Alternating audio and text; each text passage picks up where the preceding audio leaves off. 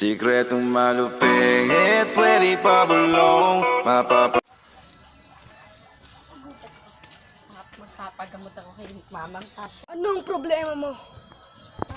Mamang Tasyo, bingi po ako. Bingi ka ba? Kailan pa? Nung isang araw po. Bingi ka ba? Naririnig mo ba ako? Hindi po kita marinig. Ganito lang ang gawin mo. Kumain ka ng fish fillet ala El Nino with vinegar sauce. Ano po yon? Tuyo na may suka. Maraming salamat po. Sige. Mauna na po ako. Sige. Ingat. Kaya ako.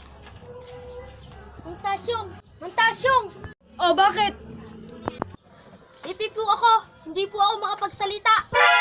Ay, ganito gawin mo. Lumunok ka ng 2 itlog ng aso. What? At sipsipin mo ang 2 suso. Sige po. Maraming salamat. Makakapagsalita na po ako.